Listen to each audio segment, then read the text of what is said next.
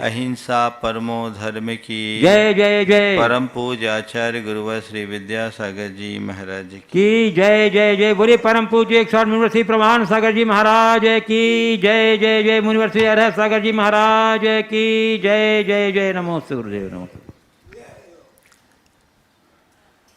पानी दूध में मिला, दूध ने पानी को अपने में मिलाया और पानी दूध में मिल गया। दोनों एक दूसरे में घुल मिल गए और दोनों का अस्तित्व बना रहा। दूध में समाने से पानी का भी मूल्य बढ़ा और पानी के रहने से दूध का भी वजूद बना। दूध को जब तपाया गया तो जब तक उसमें जलांश था दूध का कुछ नहीं बिगड़ा। जैसे ही जलांश सूखने लगा दूध में उबाल आया, फिर से पानी आया, दूध का उबाल ठंडा हो गया। दोनों बड़े प्रेम से एक दूसरे के साथ रह रहे थे। दोनों में बड़ी समरसता थी, प्रेम था, आत्मीयता थी। लेकिन एक दिन कहीं से नींबू का एक बूंद उसमें पड़ गया, उसने दोनों को फाड़ दिया। अब दूध का स्वरूप भी विकृत हो गया और पानी का स्वरूप भी विकृत हो गया।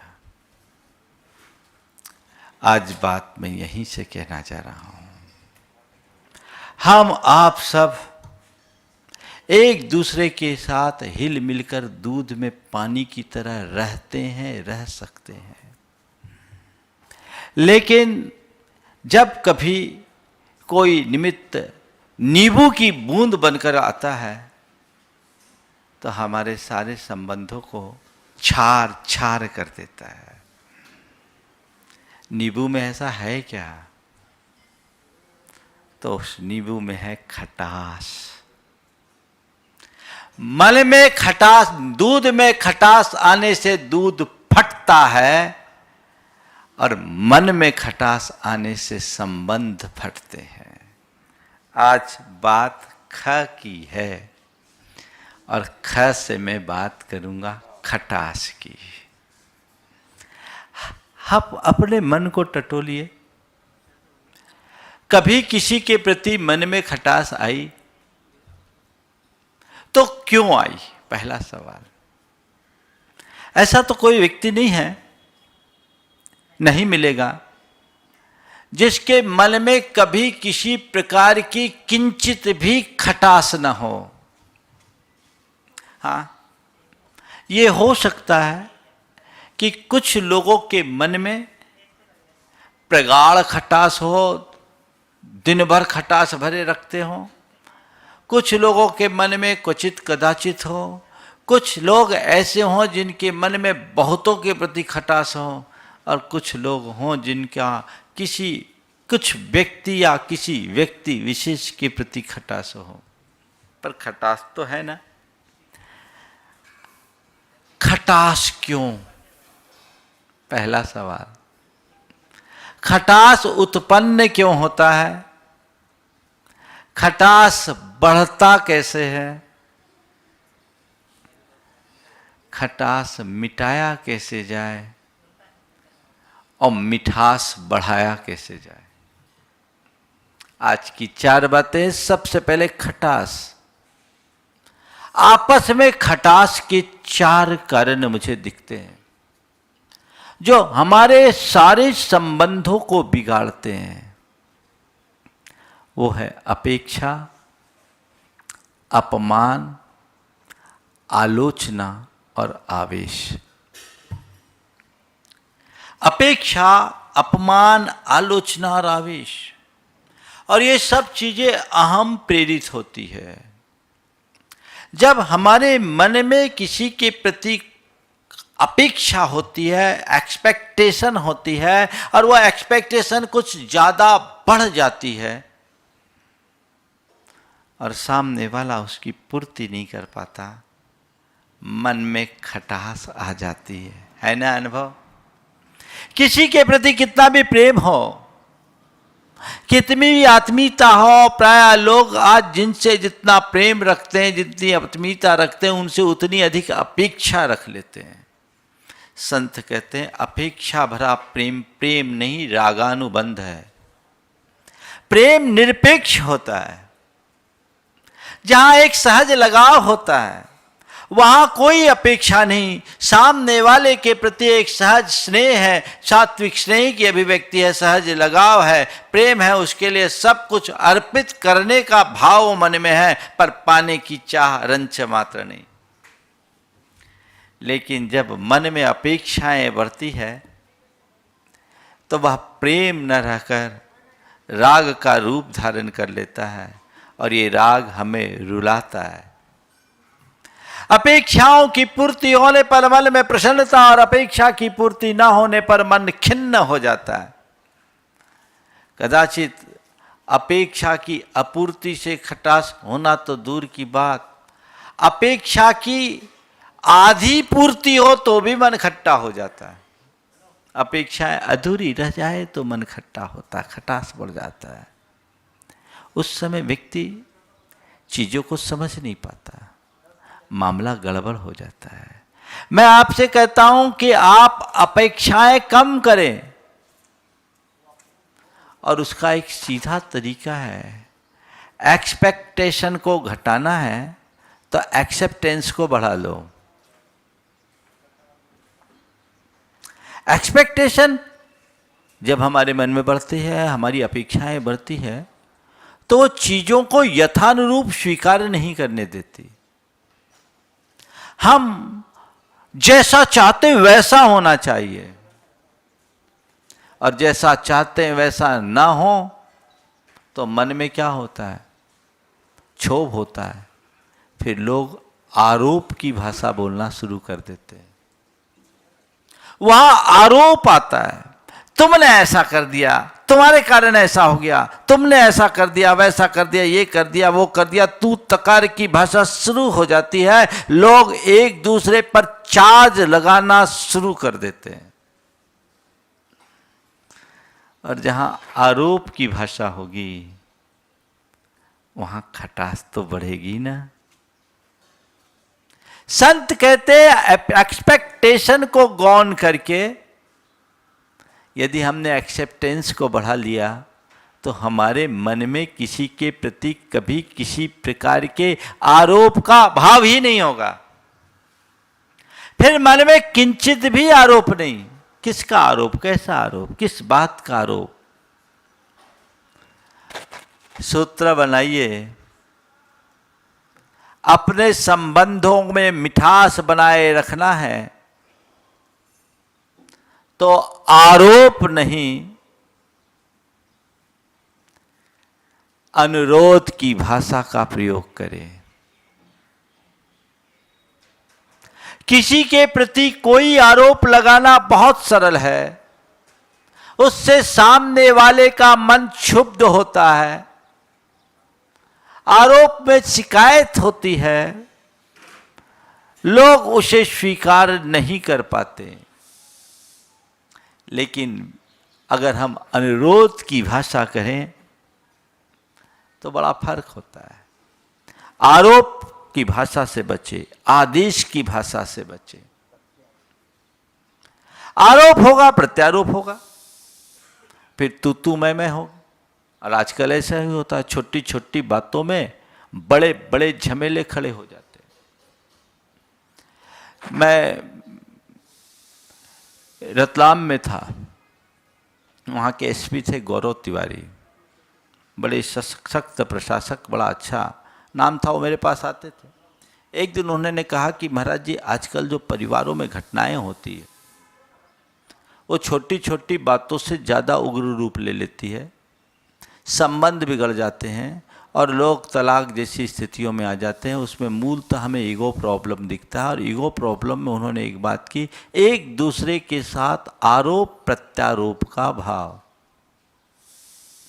आरोप प्रत्यारोप, आपने एक आरोप लगाया, सामने वाले ने आपके ऊपर दूसरा आरोप लगाया। संत कहते हैं कभी किसी पर आरोप मत लगाओ।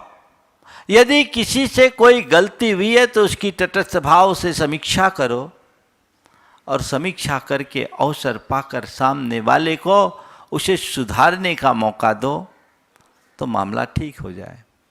लेकिन कुछ हुआ नहीं और तुमने सीधे सीधे आरोप लगाया, तो कोई भी व्यक्ति उस बात को समझ स्वीकार नहीं कर पाता।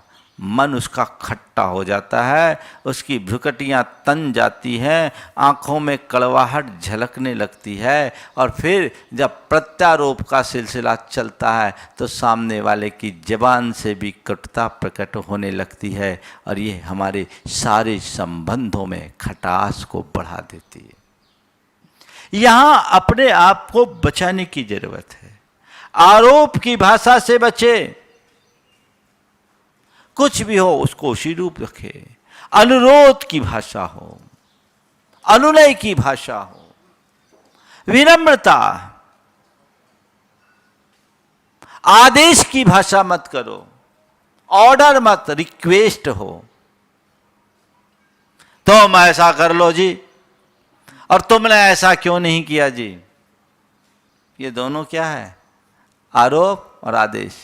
तुम्हारे कारण काम बिगड़ गया, सबके कसूरवार तुम हो, ये क्या है? आरोप। उसकी जगह अगर ऐसा कहा जाए, भैया हम तुम्हारे सहारे बैठे थे, हमें तो उम्मीद थी काम हो जाएगा, पर पता नहीं काम कैसे बिगड़ गया, थोड़ा देखो। कितना अंतर हो गया पहले वाले स्टेटमेंट में और बाद के स्टेटमेंट में, बुनियादी अंतर। जब मनुष्य के प्रति कोई, मनुष्य के ऊपर कोई आरोप लगाया जाता है, वो उसे स्वीकार नहीं कर पाता, उसका चित्त क्षुब्ध हो जाता है, और क्षोभ में हमेशा खटास प्रकट होती है। और उसी बात को जब सहज लहजे में सकारात्मक तरीके से कह दिया जाए तो व्यक्ति के अंदर उसके प्रति स्वीकारता बढ़ती है, और स्वीकारता उसे उसकी गलती का आभास भी कराती है, एहसास भी कराती है, सुधार हो जाए। सीधे सीधे किसी के ऊपर कोई ऑर्डर करोगे, आदेश दोगे, तुमको ये करना है, आदमी उसको पचा नहीं पाएगा। आप कर लें तो बहुत अच्छा होगा। क्या आप ऐसा कर सकते हैं? कितना अंतर हो गया। संबंधों को ठीक बनाए रखने के लिए एक बहुत बड़ी जरूरत है, अपेक्षाओं को कम करते हुए आरोप की भाषा से बचे, पहली बात। दूसरी बात, अपमान से बचे, है ना। इन चार बातों को ध्यान रखो: आरोप, अपमान, आलोचना और आवेश। अपेक्षा ठीक है, उसको तो उसमें थोड़ा गौन कर दो। आरोप की भाषा से बचो। अपमान कभी किसी का मत करो। अपमान सह लो, लेकिन अपमानित किसी को मत करो। मनुष्य का मन जब अहंकार से भर जाता है तो उसका गर्वोन्माद स्वयं को श्रेष्ठ साबित करने के लिए औरों को नीचा दिखाने के लिए उतावला हो पड़ता है। अगर आप किसी का अपमान करोगे, चाहे वो छोटा सा व्यक्ति भी क्यों ना हो, साधारण सा आदमी भी क्यों ना हो, वो कड़वा घूंट पी करके रह जाएगा, लेकिन कल वो फिर आपकी तरफ नहीं आएगा। कल कभी आपकी तरफ नहीं आएगा, सोचेगा भी नहीं। एक दिन मैं ऐसी चर्चा कर रहा था, एक व्यक्ति ने अपना अनुभव बताया। बोला, महाराज आज मुझे आपकी बात बार बार याद आ रही है कि किसी का अपमान नहीं करना चाहिए। मैंने क्या हुआ? बोले, महाराज हमारे घर में एक सेविका आई, हमारे बेटे बहू को उसका काम पसंद नहीं था, थोड़ा कम पसंद था, और वो उनको अनुभव नहीं था। पहले दिन से उस पर हुक्म चलाने लगे और ये कह दिया इसको कुछ आता ही नहीं, निकाल दो। उसने कहा भी कि मैं धीरे धीरे सीख कर सब कर लूँगी, लेकिन उन्होंने उसे अपमानित करके निकाल दिया। निकल गई। अब वहाँ कोई दूसरी मिली नहीं, उनको ज़रूरत थी। उनने कहा चलो अब उसी को बुलवा लो। उसने कहा हम भूखे मर जाएंगे लेकिन उसके घर अब कभी नहीं जाएंगे। हमें कितना भी पैसा दे अब हम उसके घर नहीं जाएंगे। मैं आपसे केवल इतना कह रहा हूं, ये एक उदाहरण है छोटा सा। साधारण से साधारण व्यक्ति का भी अगर आपके द्वारा अपमान होगा तो वहां मधुरता कभी नहीं आएगी। मधुरता लाना है, अपमान से बचो, सम्मान बचाओ, एक दूसरे का सम्मान रखो। आप घर परिवार में नौकर चाकर से लेकर परिवार के सदस्य, चाहे बेटा हो, बहू हो, माँ बाप हो, भाई हो, बंधु हो, या आप अपने लोक व्यवहार में अपने अड़ोस पड़ोस मित्रजनों के साथ हो या समाज के अन्य लोगों के साथ हैं, किसी का अपमान कभी मत करो। उसके सम्मान को बचाने की चेष्टा करो। जिस व्यक्ति को आप अपमानित करोगे उस व्यक्ति से आपके संबंधों में कभी मिठास नहीं होगी, और जिस व्यक्ति के सम्मान की आप रक्षा करोगे उस व्यक्ति के मन में हमेशा आपके प्रति मिठास होगी।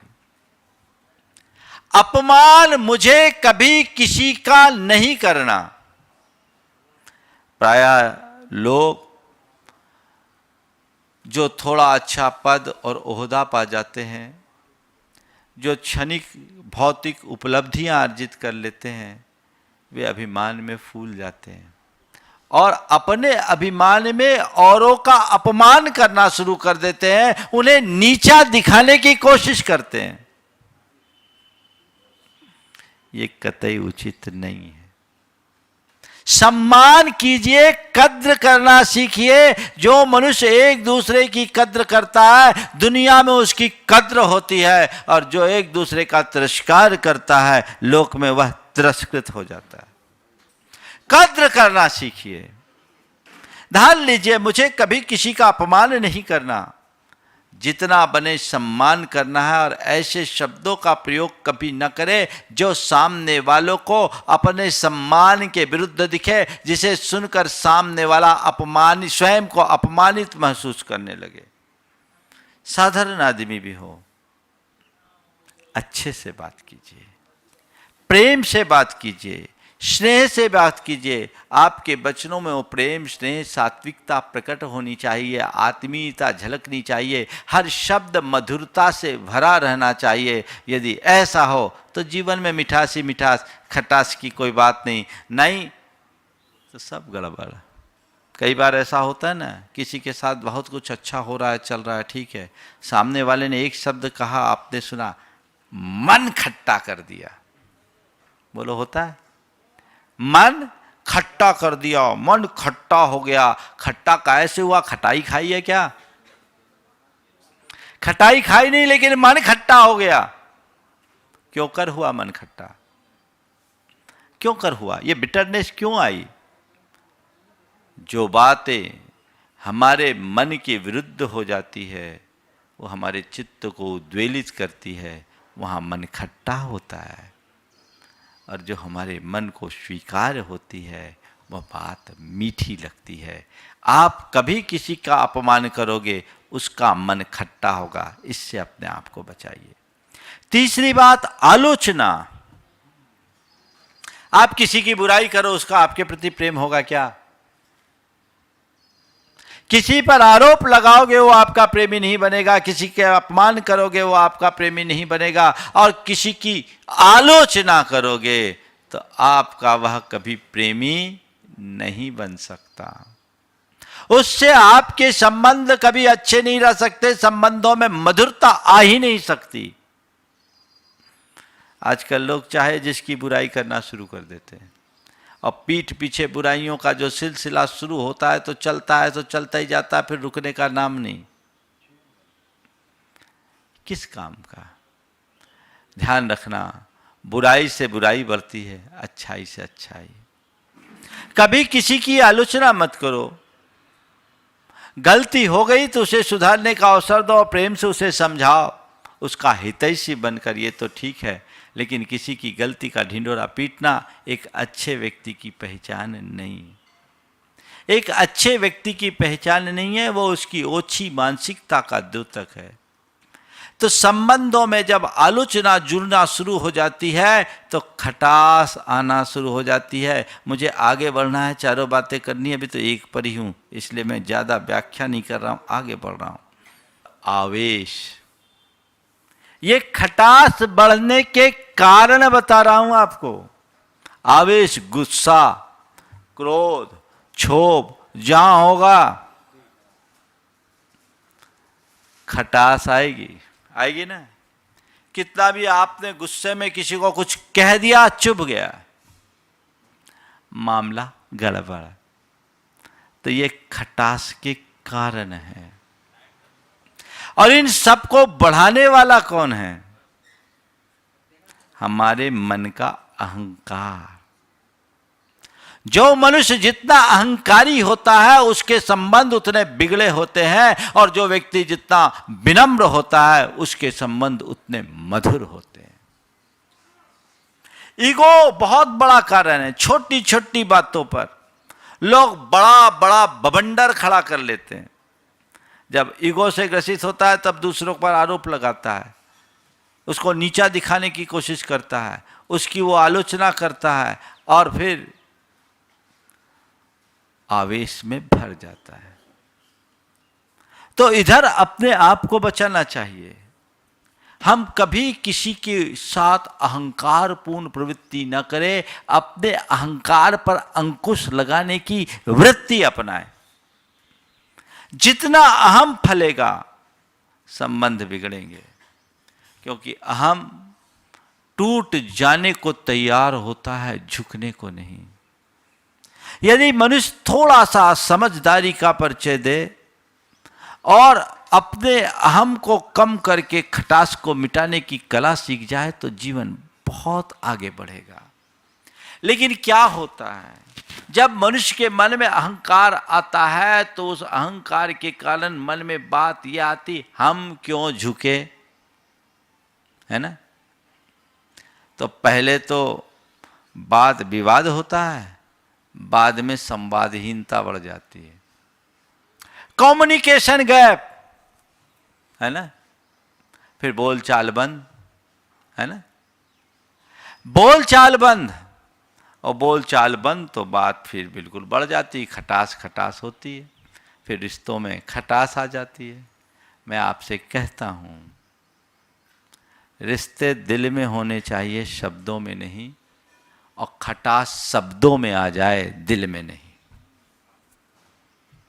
रिश्ते दिल से हो, अंदर से हो, आत्मीयता से हो। अगर आत्मीयता भरा प्रेम तुम्हारे मन में किसी के प्रति होगा, तुम्हारे मुख से उसके प्रति कभी गंदे बोल नहीं आएंगे। लेकिन उसका स्थान यदि अहंकार ले लेगा तो तुम्हारे मुख से कभी अच्छे शब्द नहीं आएंगे। तो अगर कहीं कुछ है तो तुरंत उसे दूर करो। और मान लीजिए तुम्हारे मुख से कुछ ऐसा निकल गया, मां अहंकार को आड़े मत आने दो, तुरंत अपनी गलती को स्वीकार करो। अहंकार संवाद को रोकता है और अहंकार अपनी गलतियों को स्वीकारने नहीं देता। मन की खटास बढ़ जाती है। संवाद बनाए रखो चाहे कुछ हो, और अगर कुछ गलत हो गया तुम्हें समझ में आ रहा है कि मुझसे गलती हुई है, सहज भाव से स्वीकार कर लो, उसमें संकोच मत करो। तुरंत हाथ जोड़ करके बोलना ही तो है, मुझसे गलती हो गई, माफ करो, मामला ठीक हो जाएगा। हम क्यों करें? ये जो चीज है ये कौन करा रहा है?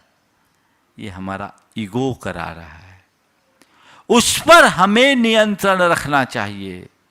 मैं आप सबसे कहना चाहूँगा कि आप पूरी तरह हमसे मुक्त नहीं हो सकते, मुझे पता है, पर कम से कम इतना तो तय कर लो, जहाँ मेरे संबंधों में खटास आए उस स्तर का अहम मैं कभी नहीं पनपने दूंगा, बोलूँगा ही नहीं। कभी कभी तो बड़ी हास्यास्पद स्थिति बन जाती है। पति पत्नी में किसी बात को लेकर विवाद हुआ, दोनों के मन में बड़ी खटास आ गई, एक दूसरे से बोलचाल बंद, रह रहे एक छत के नीचे, एक बिस्तर पर सो रहे हैं, लेकिन एक पूरब एक पश्चिम, एक दूसरे का मुंह नहीं देखना, एक दूसरे से बात नहीं करना, बड़ी विचित्र दशा होती। एक रोज़ पति को सुबह से किसी काम के लिए जाना था और 5 बजे ट्रेन पकड़नी थी। अब 5 बजे ट्रेन पकड़नी है, क्या करे? भाई साहब उठते तो 7 बजे हैं।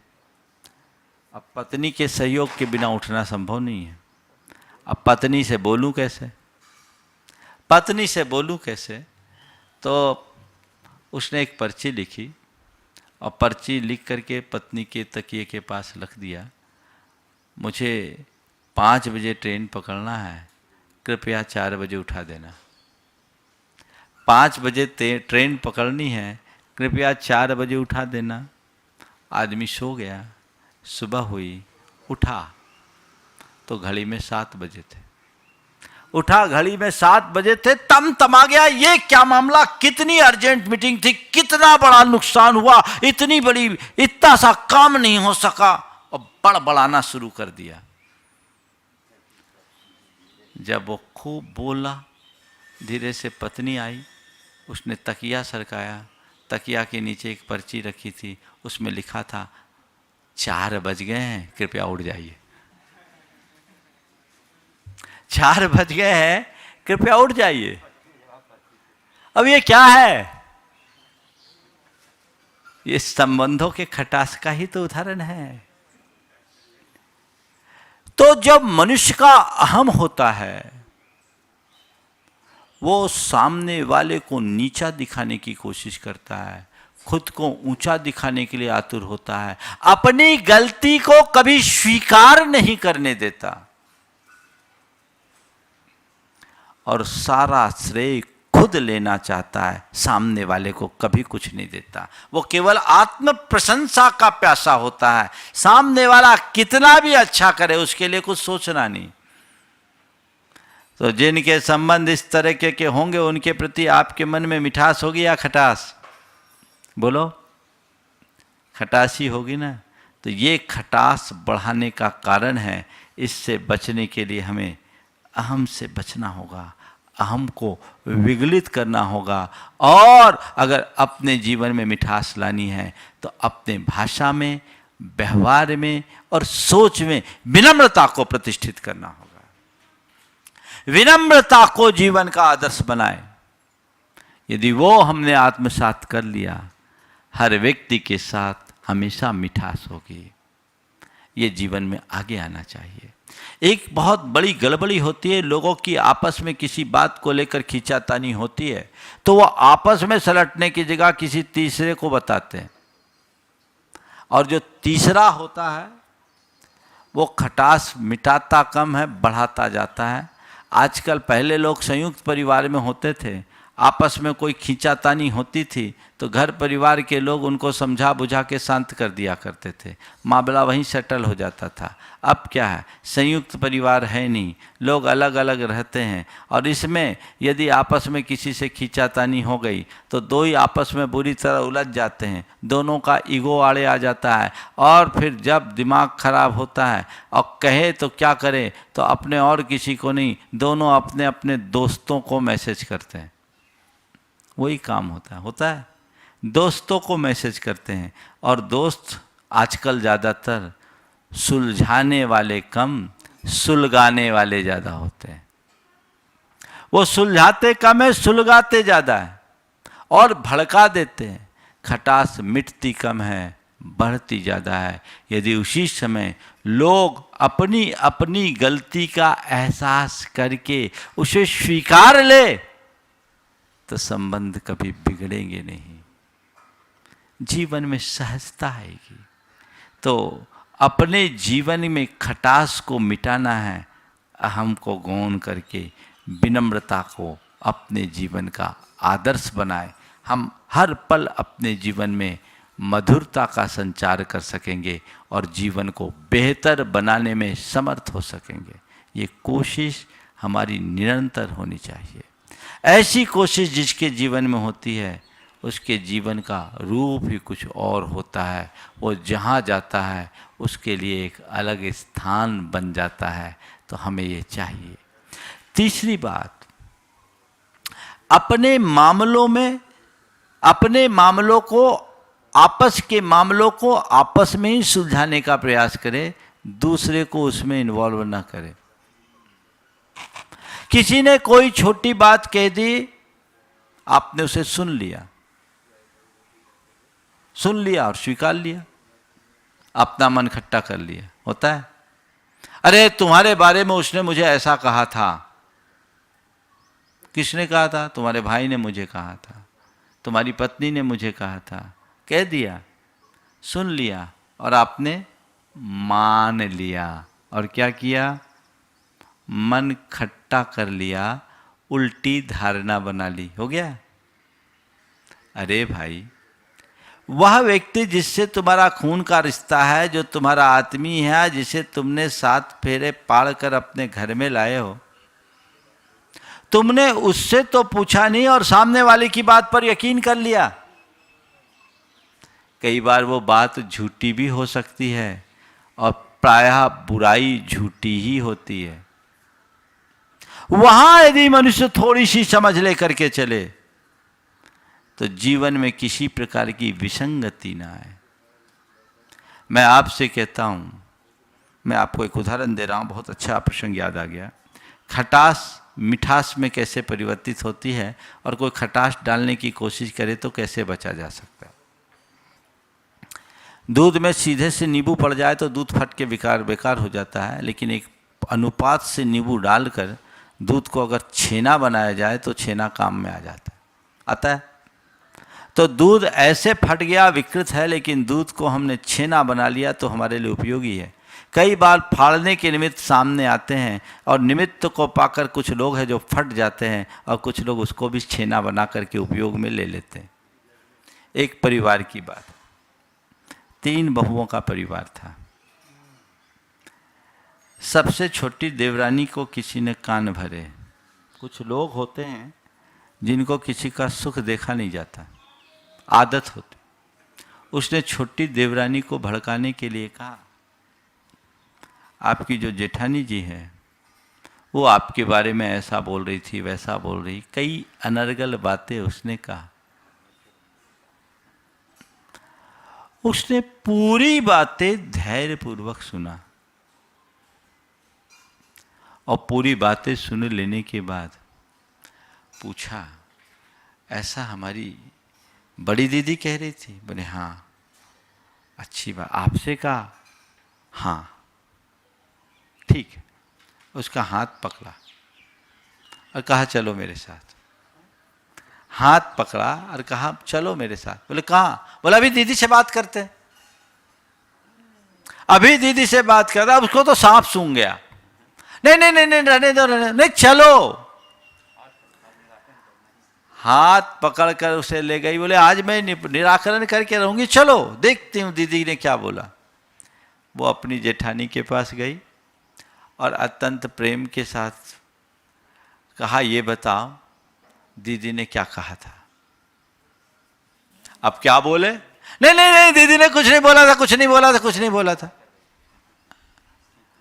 ऐसा कुछ नहीं था। तो ऐसा कुछ नहीं था तो तुमने मुझे क्यों सुनाया?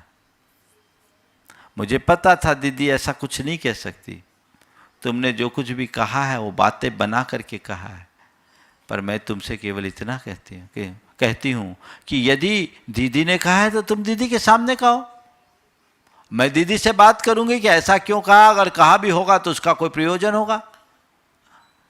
लेकिन जब दीदी ने, अब वो उसकी जेठानी तो कुछ समझी नहीं क्या मामला है, वो तो कुछ देखते रह गई। बोले क्या बात हुई? बोले कुछ नहीं दीदी, ये आपके बारे में मुझे कुछ ऐसा बोल रही थी कि आपने मेरे संबंध में कुछ ऐसा ऐसा बोला है, पर मैं पूरी तरह से निश्चिंत थी कि आप ऐसा कुछ बोल नहीं सकते, पर मुझे लगा कि इसकी स्थिति घर में फूट डालने की है, तो मुझे लगा कि इसे रास्ता दिखाने का यही एक रास्ता है। ये हमारे मन में, हम एक दूसरे के मन में खटास उत्पन्न न कर पाए, हमारी मिठास कायम बनी रहे, इसलिए मैं इसके निराकरण के लिए आपके पास आई हूँ। कितनी समझदारी की बात। कम्युनिकेशन गैप से खटास निरंतर बढ़ती रहती है और कम्युनिकेशन गैप मिटा दो, खटास खत्म। गलत फहमी पालने से भी खटास बढ़ती है। किसी के प्रति कभी कोई गलतफहमी मत रखो।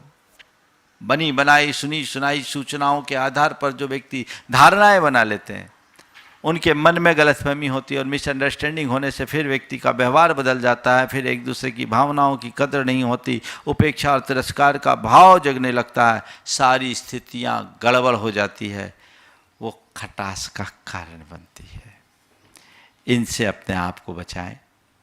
खटास एक नकारात्मक वृत्ति है जो हमारे जीवन को असहज बनाती है, जिससे हम अपने जीवन को दुखों से भर लेते हैं। हमें चाहिए कि हम खटास को हटाकर मिठास से भरा जीवन जिएं, जो सबको आनंद से भर सके। समय आप सबका हो रहा है, मैं यहीं पर विराम लूँगा। बोलिए परम पूज्य आचार्य गुरुवर श्री विद्यासागर जी।